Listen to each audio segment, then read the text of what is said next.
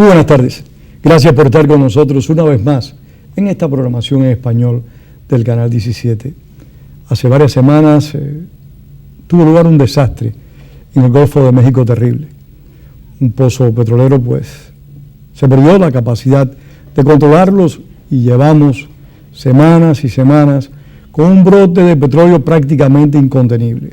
Al principio se habló de que eran 5.000, 10.000 barriles diarios.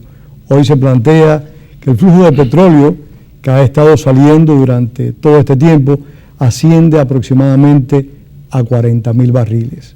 Todo esto está provocando un desastre ecológico de magnitudes no conocidas en Estados Unidos y posiblemente en muy pocos lugares del mundo. Para hablar de este impacto en el medio ambiente, hemos invitado a un viejo amigo, a un conocedor de este tema, a un ambientalista cubano, a Eudel Cepero. Eudel, gracias por estar acá. No, muchas gracias, Pedro. Para mí un placer estar aquí. No tienes que ponerte tan serio para estar en televisión. Hay que ponerse tan serio. No, pero con esa introducción que me has hecho realmente me... Bueno, pero no. Es que el tema es serio. Sí, el tema sí es serio. Realmente. ¿Hasta qué medida el tema es serio? Es preocupante, Eudel. El tema es serio porque tiene una magnitud histórica. Lamentablemente es un derrame inmenso en el que los científicos, las personas que nos preocupamos por el medio ambiente, pues estamos aprendiendo, estamos conociendo, y no porque no se sepa los impactos que tiene un derrame de petróleo, sino porque realmente la magnitud y la situación, el lugar donde este derrame está ocurriendo son nuevos, la cantidad de petróleo que se está vertiendo, el lugar geográfico en que se está vertiendo, los ecosistemas cercanos, las posibles conexiones con corrientes marinas globales. Es decir, que son una serie de ingredientes que realmente hacen de esto una situación en la que todos los interesados en el tema ambiental, los científicos de varias universidades norteamericanas e incluso no norteamericanas están en esa área estudiando esta situación, y por supuesto están todos los esfuerzos por tratar de contener el derrame y de evitar que impacte los ecosistemas del Golfo de México. Y una cosa que no debemos olvidar, no se sabe realmente la cantidad de petróleo que se ha derramado, quizás en algún momento se pueda calcular, pero lo que sí se sabe son el número de víctimas, las 11 personas que lamentablemente murieron en ese accidente, y que también hay un drama humano aquí relacionado con esas 11 personas que murieron y el drama humano que se está creando a partir del impacto de todo el petróleo en la costa del Golfo. Este desastre ecológico tiene alguna similitud, supera con mucho al de Exxon Valdez. El Exxon Valdez fue un buque tanquero que lamentablemente encalló en las costas de Alaska y provocó un desastre ecológico también de grandes proporciones, que hasta ese momento fue el desastre causado por el petróleo en el medio ambiente más grande que había tenido lugar en Estados Unidos. Sí, evidentemente, además es distinto, porque el Exxon Valdez es un vertimiento superficial, digamos. Esto es un vertimiento que está ocurriendo a 5.000 pies de profundidad, una milla o algo, y en una mayor cantidad. El derrame del Valdez ocurrió en Alaska, que es un clima templado, frío, con otras condiciones. Este derrame... ¿Es más fácil de manejar un derrame petrolero en un clima como el de Alaska a un clima tropical? Realmente no sé, pero sí entiendo que hay diferencias. Por ejemplo, en el clima tropical la posibilidad de degradación del petróleo se incrementa. En el clima templado pues lleva más tiempo. No significa que la degradación de petróleo en el ambiente natural de esta cantidad de petróleo va a ocurrir de la noche a la mañana. Pero no hay que olvidar que el petróleo es un elemento natural, es un combustible fósil que se ha formado a partir de la decomposición bajo presión de capas geológicas de materia orgánica. Y a la larga, evidentemente, se va a descomponer y a incorporarse y a convertirse en otros elementos. Pero contamina. Evidentemente es una contaminación increíble. Pero bueno, lo que me refiero es que es un proceso que se degrada, de biodegradación, con un periodo de años y años, que en el caso de Alaska todavía existe petróleo en las zonas donde ocurrió el derrame del Valdez. Ha florecido la vegetación en el ecosistema, pero he visto mucha información de que vas allí y haces un poco de excavación y el petróleo se encuentra. Y evidentemente eso ha impactado el ecosistema de esa zona. Es decir que si vamos a hacer la comparación, la primera diferencia es que uno fue superficial, este es en una gran profundidad, aquel fue en una zona templada, esta es una zona subtropical. Otro derrame inmenso que ocurrieron durante la guerra del Golfo, que ha sido de los de mayor magnitud, comparándolo con esto. Pero este no sabemos, porque este sigue ocurriendo actualmente. Creo que otra cosa que sería interesante notar es que hasta que yo viniera para acá estaba mirando diferentes imágenes satelitales y demás de cómo se ve en superficie hacia dónde se está moviendo todo este derrame de petróleo, y se está moviendo hacia el norte. O sea, se mueve el norte esencialmente hacia el este y el oeste. Al moverse hacia el este es que ha impactado zonas de Pensacola en la Florida. Cuando se mueve al oeste es donde está impactando importantes refugios de la fauna que existen. Hay un parque nacional que se llama, sería como la desembocadura del Mississippi, que está siendo impactada por petróleo. Hay varios refugios de fauna en esa zona, digamos en la desembocadura del Mississippi, en el estado de Mississippi, que están siendo impactados.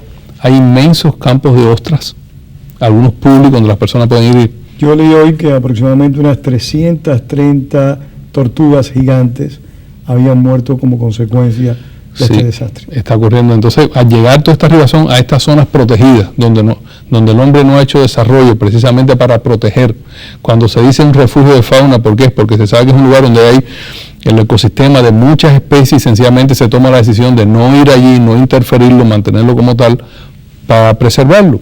Si a estos refugios de fauna comienzan a llegar estas arribaciones de petróleo, evidentemente ocurren estas mortandades de peces, de aves marinas y sobre todo de plantas. ¿Hasta qué medida este tipo de desastre, Eudel, puede ocasionar perjuicios en la flora y la fauna de las zonas, de las regiones que llega este petróleo? El impacto ocurre primero directamente porque puede impactar a la fauna, o sea, a los peces, a los animales que estamos hablando, y también puede impactar a la vegetación. No hay que olvidar que los ecosistemas se organizan en lo que se llama la cadena de alimentación. ¿Cuál es la parte principal de un ecosistema en la cadena de alimentación? Es los productores, o sea, las plantas. De las plantas se alimentan animales y otros animales se alimentan de esos animales que se alimentan de la planta, y esa es la cadena. Cuando los productores o las plantas se ven impactados, evidentemente eso va a impactar la cadena. Es decir, que aún animales que no viven en las zonas costeras, pero que de alguna forma están vinculados a las cadenas alimenticias de peces o de aves que viven en las zonas costeras, pueden ser impactados. Es decir, esto es una cosa increíble. No hay que olvidar que en ecosistemas todo está conectado.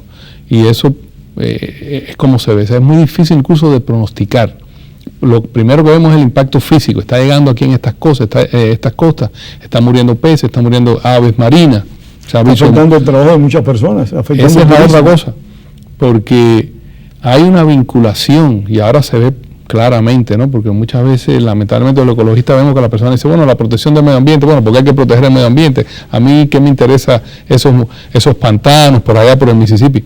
Bueno, ahí se ve claramente, y los políticos lo están explicando claramente, que esos pantanos es precisamente el sostén de la economía, porque los cangrejos, los camarones, las ostras que se venden, que en los supermercados y demás, salen precisamente porque están esos ecosistemas ahí. Entonces ese impacto en los ecosistemas crea una reacción en cadena en la economía de esa zona y la está creando. Ya hay una inmensa área que está cerrada a la pesca, inmensa en el centro del Golfo de México. Pero como ambientalista, ¿tú crees que este desastre debe terminar la explotación marítima petrolera a profundidad? ¿Se debe cerrar eso? ¿Se debe eliminar ese capítulo? Mira, a mí como ambientalista me sería muy fácil decir sí y darte la respuesta. Pero yo prefiero pensar en ecosistemas y como habitante de la biosfera, o sea, de la Tierra. Nosotros todos vivimos en este planeta. El petróleo hace falta para la economía. El petróleo es necesario para la economía. Cerrar las explotaciones a profundidad puede ser una solución a mediano plazo. La solución a largo plazo es que realmente el desarrollo humano no puede seguir dependiendo de un combustible fósil que se formó hace millones y millones de años. Tenemos que comenzar a buscar, como se está haciendo, otras alternativas para sustituir la necesidad energética que tiene el desarrollo humano. Por ahora yo sí creo que sí, que esta moratoria que se ha implantado a prospecciones profundas es una buena medida. Hay que estudiar esas prospecciones profundas, hay que estudiar cómo se hace, cuáles son las medidas que existen, cuáles son los riesgos que existen y valorar todo eso. Y yo pienso que de ahora en adelante, cada vez que se vaya a explotar un pozo petrolero, hay que valorar todo el costo económico que está generando esta contaminación y tirarlo contra los beneficios que puede generar el pozo petrolero. Y entonces tener un balance más claro de lo que puede ocurrir, porque ese es otro problema. Muchas veces no valoramos los costos ambientales. Según informaciones, la oficina esta de minerales o minas que daba permiso para la explotación petrolera no hacía las investigaciones necesarias, prácticamente le daba el visto bueno a las cosas, a las informaciones, a los expedientes que le llevaban los escritorios. En fin, se manejaba como si fuera, como dicen los americanos, una república bananera, una dependencia federal. Y esto no es de ahora, sino que viene, según parece, de hace muchísimos años. Sí, mira, yo escribí un artículo y hice algunas investigaciones, o me informé sobre el tema. Si la Oficina de Manejo de Minas, que era la que, o es la que vigila la prospección petrolera en los Estados Unidos, tenía problemas de todo tipo. Hubo una investigación del Congreso, si no tengo entendido, de una institución. No dependencia del Congreso. Que sacó un reporte señalando una serie de deficiencias. Entre esas deficiencias se notó que estas prospecciones a profundidad, o sea, lo que es la prospección, no ya la explotación del pozo. La investigación, no es la prospección. Sí, la perforación, bueno, se encontró el petróleo, se hacían sin un estudio de impacto ambiental. ¿Qué cosa es un estudio de impacto ambiental? Un estudio de impacto ambiental es precisamente cuando se va a hacer un tipo de acción en el entorno natural. Sea petrolero o de cualquier tipo, se estudia el potencial impacto ambiental que puede tener. O sea, que vamos a construir una carretera. Vamos a construir un aeropuerto y hacer un estudio. Un aeropuerto. Vamos a estudiar, bueno, este aeropuerto va a impactar el suelo, qué ecosistemas hay, qué tipo de plantas, qué tipo de fauna, qué impacto puede tener esto en todos los ecosistemas, qué área la redonda va a ser impactada. ¿Qué debemos hacer para mitigar esos impactos? Realmente tenemos que hacer el aeropuerto, no podemos localizarlo en otro lugar. Ese tipo de cosas lo que se estudia en el estudio de impacto ambiental, y al final se decide, bueno, sí, vamos a construirlo, pero se tiene estudiado los potenciales riesgos. Puede ocurrir esto, puede haber un accidente, si ocurre un derrame, el petróleo puede llegar a tales y más cuales lugares. Si hubiese existido un estudio de impacto ambiental, probablemente hubiera existido muchas proyecciones de lo que podría ocurrir en derrames. ¿Y cómo también darle solución a los problemas que se puedan presentar? Evidentemente, ¿cuáles serían? Porque entonces vienen las medidas de atenuación. O sea, estos son los riesgos, cómo atenuarlo, cómo funcionar en ese sentido. En este caso no existían los permisos de impacto ambiental. Se le daba el permiso a través de una clasificación que le da como una extensión, y no es necesario ir a un estudio de impacto ambiental. O sea, se saca un permiso y ya quedaba allí, lo cual es un error. Realmente es un error que ahora me imagino que se rectifique. Lo que demuestra el desastre Eudel, es que no se tomaron las medidas necesarias para poder no solo preverlo, sino también para impedir que un desastre de este tipo llegue a los niveles, a las alturas lamentables a que ha llegado. Sí, pero no hay recursos, aparentemente no hay tecnología, no se había producido una inteligencia, una mecánica creativa alrededor de dar respuesta a estos desastres. Y yo pienso que había un poco de ignorancia, porque yo también he leído que, por ejemplo, en varios reportes que BP hizo, señalaba que el riesgo de un accidente era mínimo, que el riesgo de un impacto ambiental... Exceso de confianza. Exceso de confianza era mínimo, y realmente ese no ha sido el caso. Y la otra cosa es que no se estaba preparado en lo suficiente cómo reaccionar ante esta situación. Como ves, han sido diferentes cifras de la cantidad de petróleo. Se han comenzado a utilizar, por ejemplo, detergentes para disolver el petróleo. Disolverlo, no es hacerlo desaparecer. Los detergentes, esto en muchos casos son químicos, son quimicales que se utilizan. ¿Más perjudiciales que el petróleo? Se señala eso, yo no tengo la medida, pero evidentemente si estás aplicando químicos en toneladas y toneladas y es una cosa que el sentido común. Cuando tenemos grasa en el barbecue de la casa o algo así, que usamos el detergente, todo el mundo sabe que eso tiene un olor increíble. Ese que se vende en los mercados para usarlos en las casas, que debe ser, que por supuesto es uno que es menos tóxico y tiene un olor muy fuerte. Eso es un detergente industrial utilizado en grandes toneladas para lanzarlo sobre el mar. Evidentemente eso debe tener un impacto secundario que no entendemos. Y mira, eso es otra cosa que se va a comenzar a hablar, los impactos secundarios. O sea, cuando todos estos químicos, todo este petróleo está en el mar, reacciona con los elementos químicos que hay en el mar, reacciona con la luz solar, y esto puede generar impactos secundarios que no sabemos.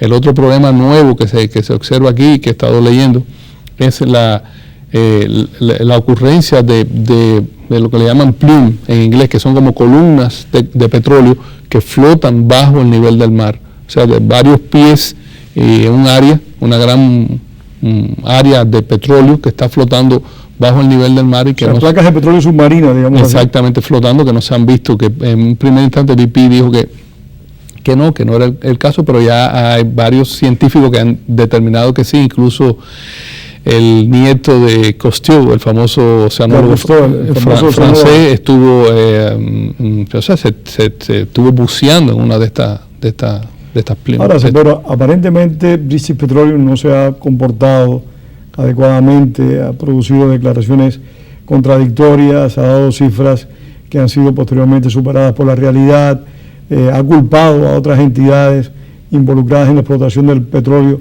en esa zona de ser las responsables del desastre.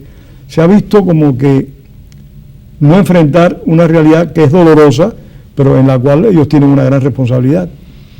Sí, evidentemente cuando ocurre una situación como esta es muy crispado todo, es muy difícil yo realmente no soy un técnico en cuestiones de ingeniería, pero por lo que he visto sí, realmente hay un grupo de ingenieros que han estado tratando de hacer lo mejor posible, aunque lamentablemente han fracasado varias veces y no han logrado cerrar eso completamente, parece que la solución va a ser esos 2 pozos que están perforando.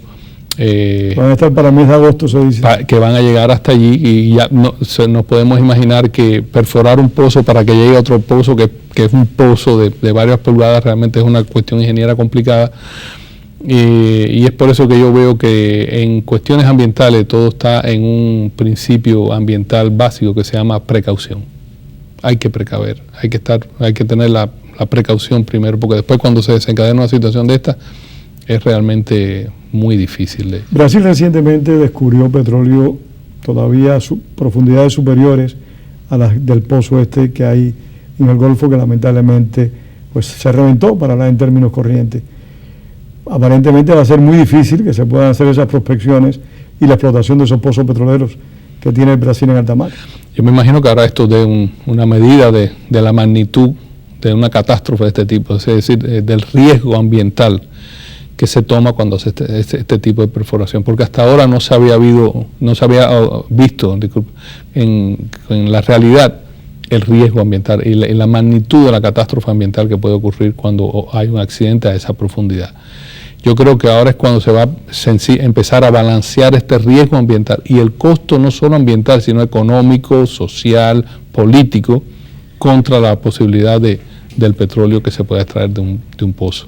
Lo que sí es una realidad es que las medidas de seguridad que supuestamente tomaban estas compañías para evitar este tipo de desastres no fueron suficientes o no estaban debidamente coordinadas o implementadas en la medida en que pudieran enfrentar un desastre de estas características. No, probablemente, pero también es que las medidas que se tienen en cuenta realmente no son suficientes ante una magnitud de un desastre de este tipo. Es decir, ahora vemos realmente son en muchas ocasiones disculpas exploratorias porque nunca se han puesto en funciones. Ahora vemos realmente que las medidas no son suficientes, que esto se puede ir de las manos con una facilidad increíble y que es prácticamente es muy difícil de controlar.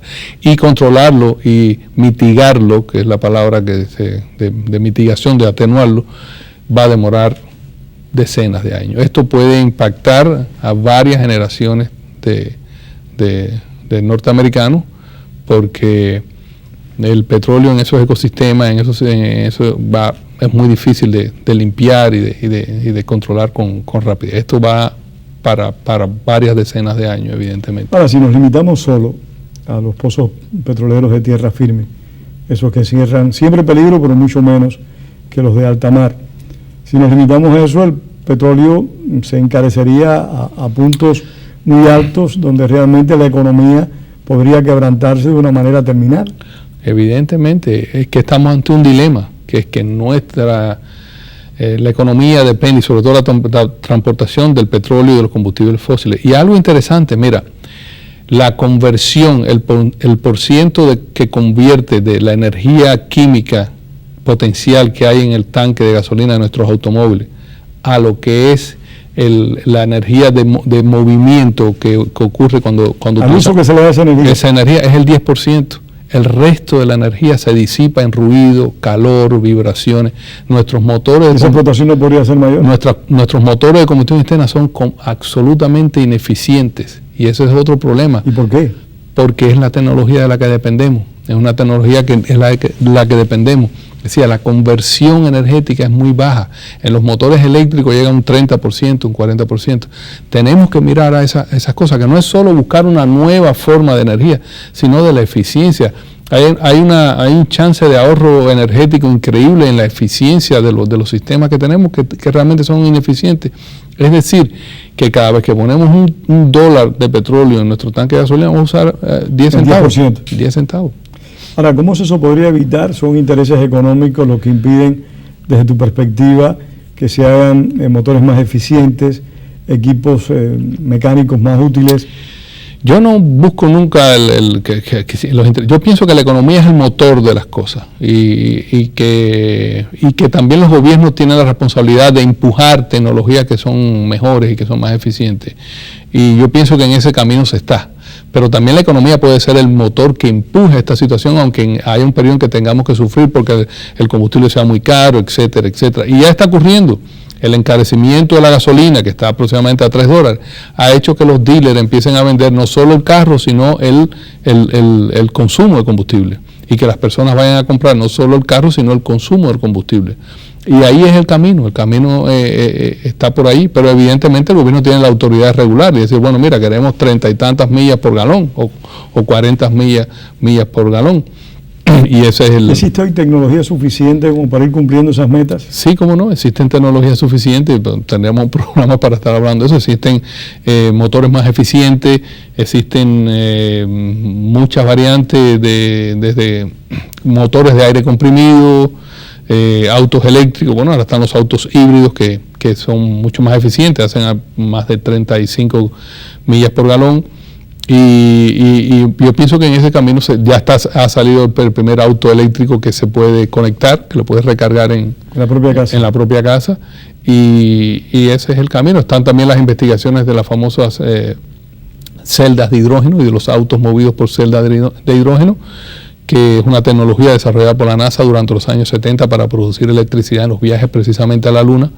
Estos autos movidos por celdas de hidrógeno lo que lanzan a la atmósfera es vapor de agua.